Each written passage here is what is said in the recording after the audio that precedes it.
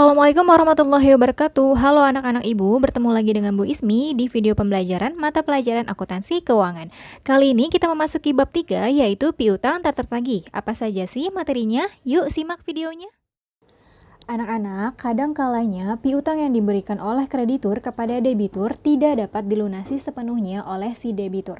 Maka dari itu, kreditur harus melakukan pencatatan terhadap piutangnya, baik piutang yang dapat ditagih maupun yang tidak dapat ditagih dan akan dianggap sebagai kerugian. Metode penghapusan piutang tak tertagih dibagi menjadi dua. Yang pertama metode langsung, yaitu metode pencatatan kerugian piutang yang langsung mengurangi jumlah piutang yang bersangkutan. Yang kedua, metode tidak langsung, yaitu metode pencatatan kerugian piutang tak tertagih dan secara tidak langsung mengurangi piutang yang bersangkutan, tetapi dicatat di dalam satu rekening, yaitu rekening cadangan kerugian piutang. Berikut hal-hal yang berkaitan dengan metode langsung. Yang pertama, kerugian piutang tak tertagih dicatat pada periode penerimaan piutang berdasarkan jumlah piutang yang dihapuskan. Jadi baru dicatat sebagai kerugian pada saat memutuskan bahwa piutang tersebut dihapuskan. Yang kedua, setiap penghapusan piutang langsung dicatat pada rekening kerugian piutang dengan jurnal beban kerugian piutang di debit dan mengkredit piutang dagang. Yang ketiga, pernyataan kesanggupan debitur untuk membayar atas piutang yang sudah dihapuskan di jurnal dengan mendebet piutang dagang dan mengkredit beban kerugian piutang. Jadi ketika ada nasabah yang tadinya piutangnya sudah dihapus lalu menyatakan sanggup untuk membayar kembali piutang yang sudah dihapus tersebut, maka si kreditur akan menjurnalnya dengan mengembalikan lagi piutang yang tadi sudah dihapus dan mengembalikan juga akun beban kerugian piutang yang tadi sudah didebit gitu. Jadi piutang yang sudah dihapus dimunculkan kembali nih, seperti itu.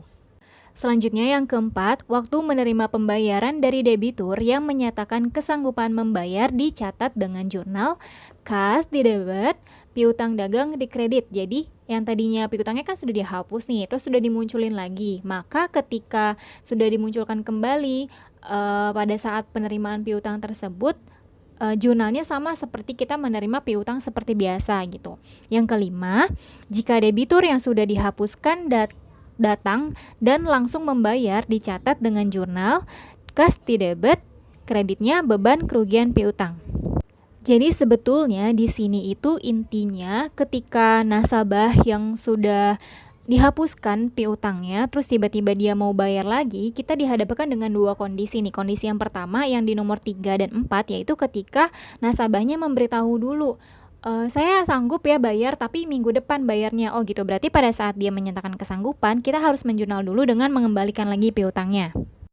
Lalu setelah piutangnya dikembalikan dan ketika minggu depannya dia datang lagi terus bawa uang dan membayar, maka jurnalnya itu seperti biasa kas piutang yang seperti di nomor 4 tadi.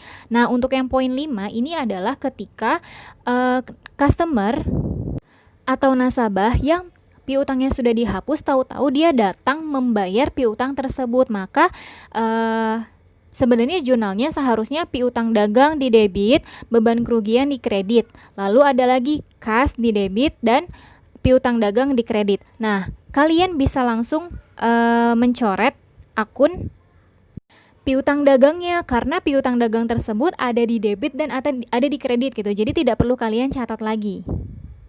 Maka dari itu, jurnal yang dicatat pada saat penerimaan piutang tersebut adalah kas dan beban kerugian piutang.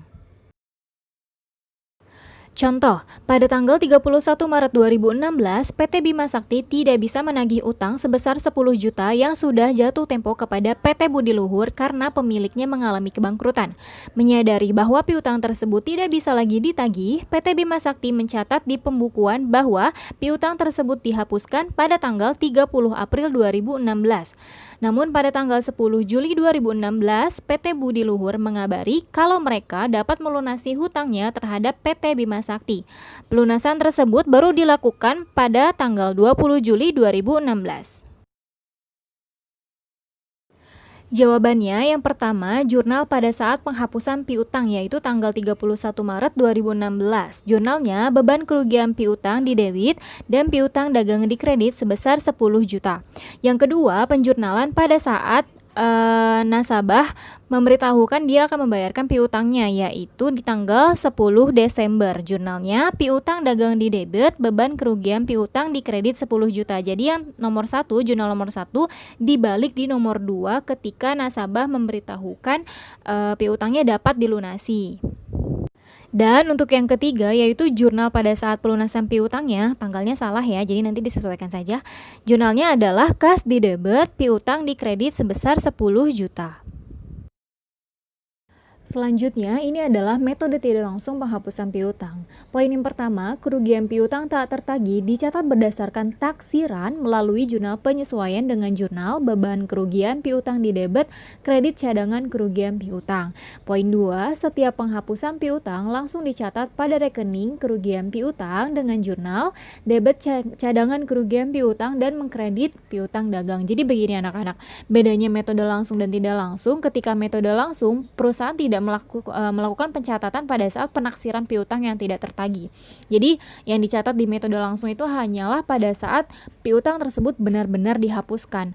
Nah, di metode tidak langsung ini perusahaan itu mulai mencatat ketika memang perusahaan melakukan penaksiran gitu. Yang namanya penaksiran berarti belum sesuai dengan jumlah yang ditaksir yang dihapus gitu. Nah, misalkan yang ditaksir 100 juta yang tidak dihapus, yang tidak bisa ditagih.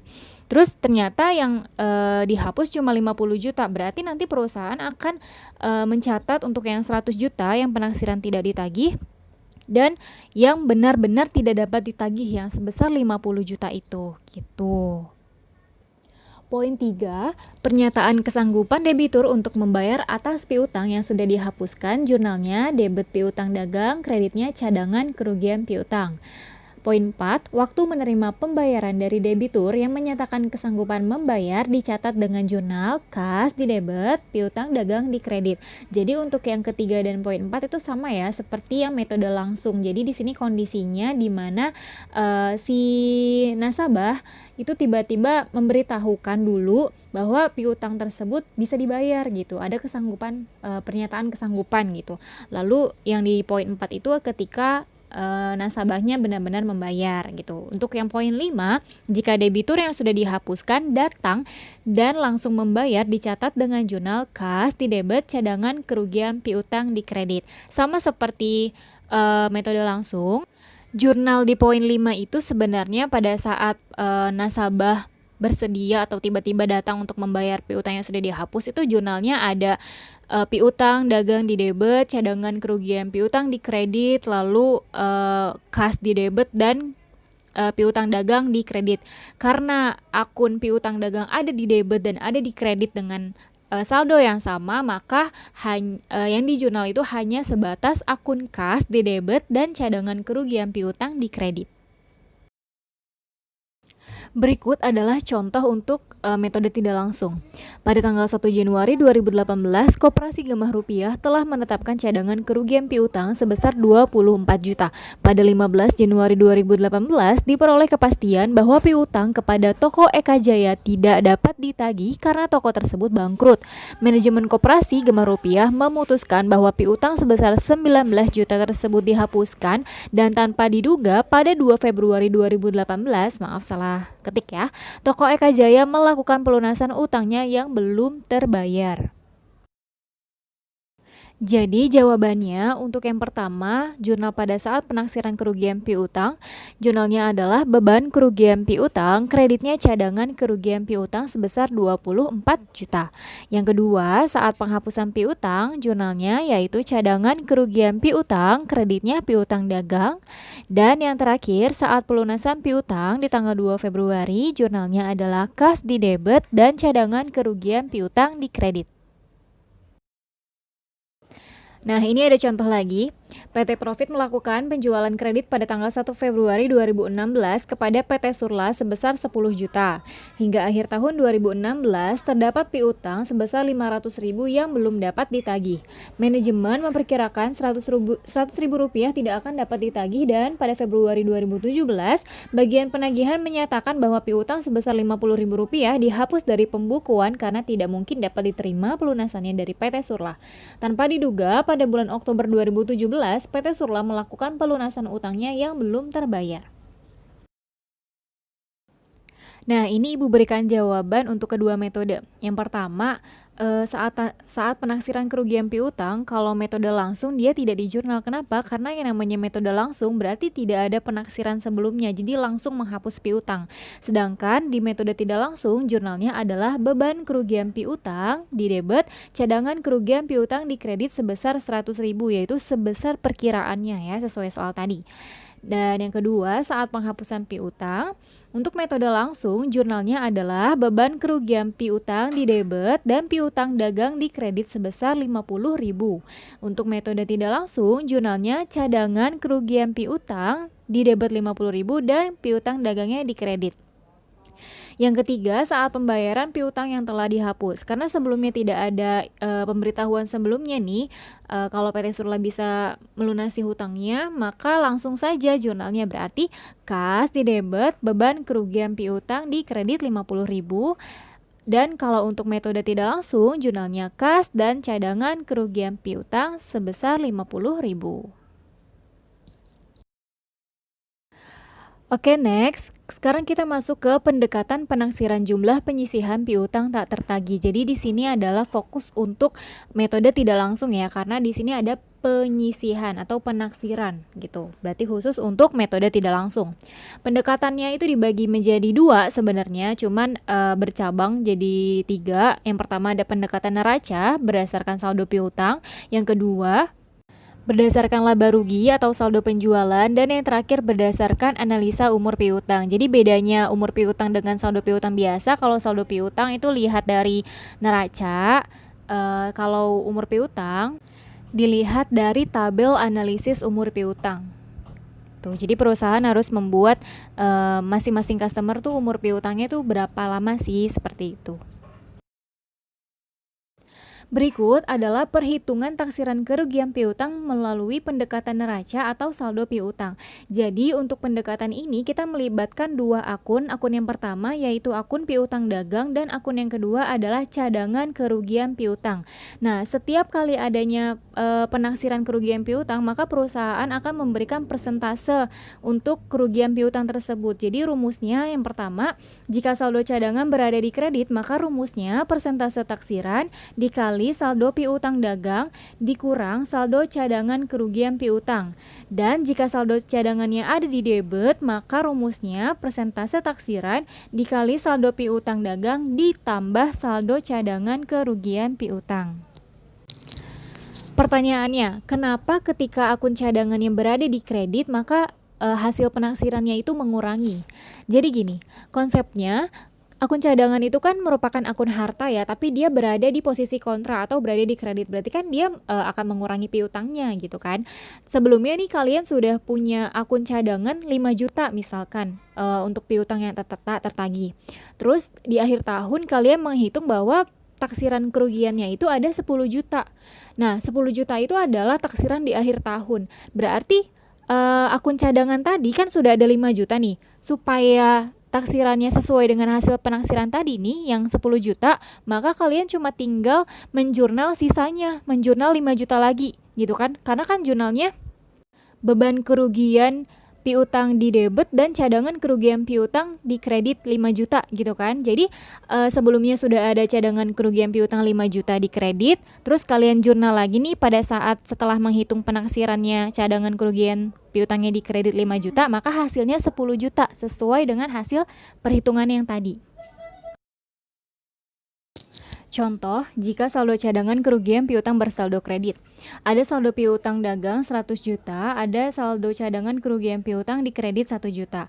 Taksiran kerugian piutang ditetapkan sebesar 2% dari saldo piutang. Maka kita harus hitung dulu nih, 2% dikali saldo piutangnya yaitu dikali 100 juta, hasilnya 2 juta, lalu dikurangi dengan saldo cadangan kerugian piutang karena dia bersaldo kredit sebesar 1 juta, maka hasil penaksiran kerugian piutang yang menjadi beban di tahun 2017 sama dengan 1 juta.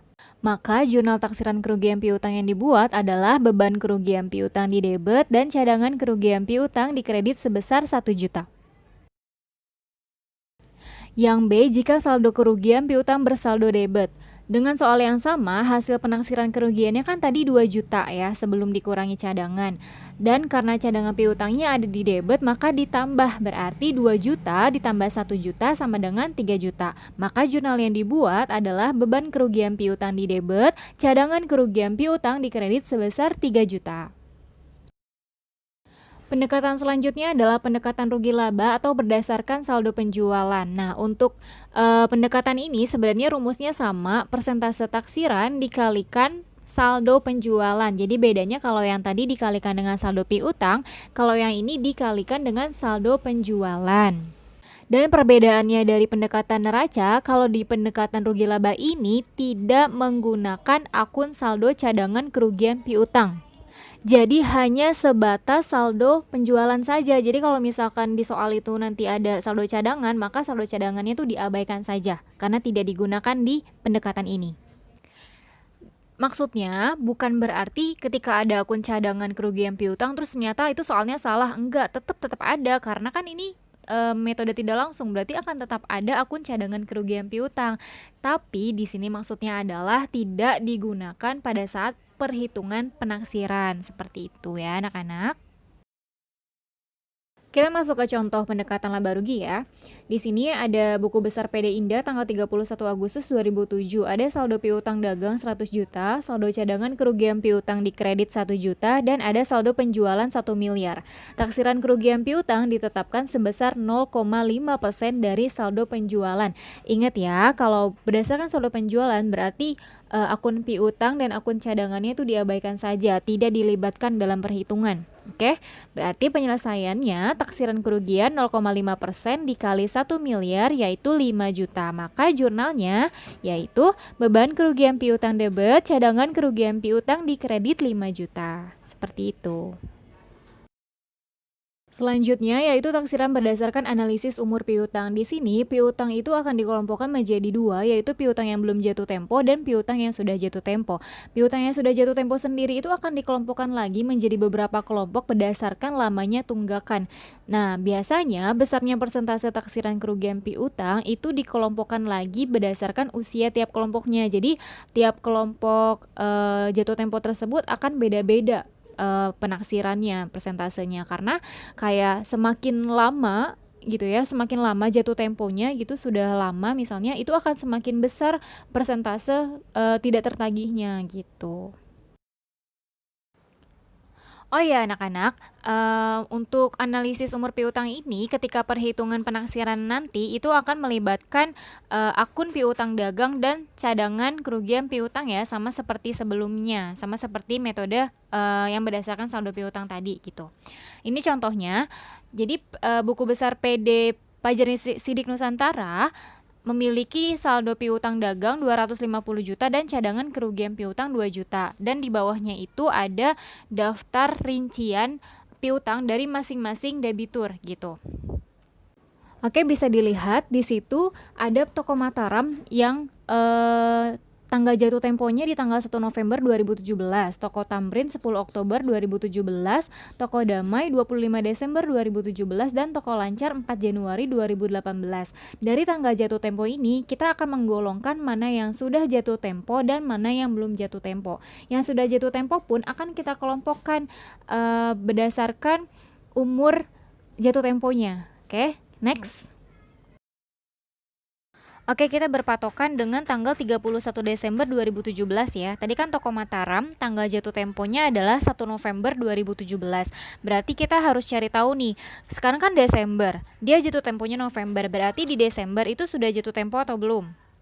Sudah ya, berarti sudah jatuh tempo. Nah, sekarang kita tinggal menghitung sudah berapa lama jatuh temponya. Kita hitung mundur mulai dari tanggal 31 Desember sampai 1 November itu sama dengan 60 hari ya anak-anak.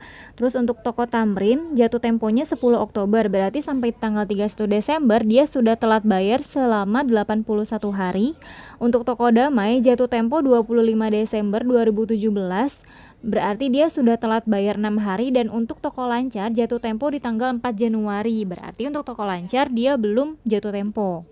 Setelah kita menghitung sudah berapa lama jatuh tempo dari masing-masing piutang, Sekarang kita masukkan ke kelompoknya masing-masing gitu. Berarti yang masuk belum jatuh tempo itu adalah si toko lancar ya, yaitu 62 juta. Terus 1 sampai 30 hari yaitu toko damai 63 juta. Untuk kelompok 31 sampai 60 hari adalah toko Mataram yaitu 61 juta, dan kelompok yang terakhir 61 sampai 90 hari sebesar 64 juta. Setelah kita mengelompokkan umur piutang, selanjutnya kita menghitung besarnya taksiran kerugian piutang berdasarkan persentase kerugian masing-masing kelompok. Dimulai dari kelompok yang belum jatuh tempo, 2% dikalikan piutangnya 62 juta, hasilnya 1.240. Untuk kelompok 1 sampai 30 hari dikalikan 10%, hasilnya 6.300. Untuk kelompok 31 sampai 60 hari persentasenya 15%, hasilnya 9.150.000. Dan kelompok yang terakhir 61 sampai 90 hari dikali 20% persentasenya, maka hasilnya 12.800.000. Berarti total taksiran kerugian piutang di tanggal 31 Desember 2017 berdasarkan analisis umur piutang sebesar 29.490.000. Nah, jangan lupa kalau berdasarkan analisis umur piutang, kita tetap melibatkan akun cadangan kerugian piutang ya. Karena bersaldo kredit, maka kita kurangi. Hasilnya 27.490.000. Maka jurnal yang dibuat pada tanggal 31 Desember 2017 atas taksiran kerugian piutang yaitu beban kerugian piutang debit, cadangan kerugian piutang kredit sebesar 27.490.000. Nah, itu dia penjelasan Ibu mengenai materi piutang tak tertagih kali ini. Semoga apa yang Ibu sampaikan dapat kalian pahami dengan baik, dan mohon maaf jika masih banyak kekurangan di dalam video ini ya. Sampai jumpa pada video-video selanjutnya. Wassalamualaikum warahmatullahi wabarakatuh.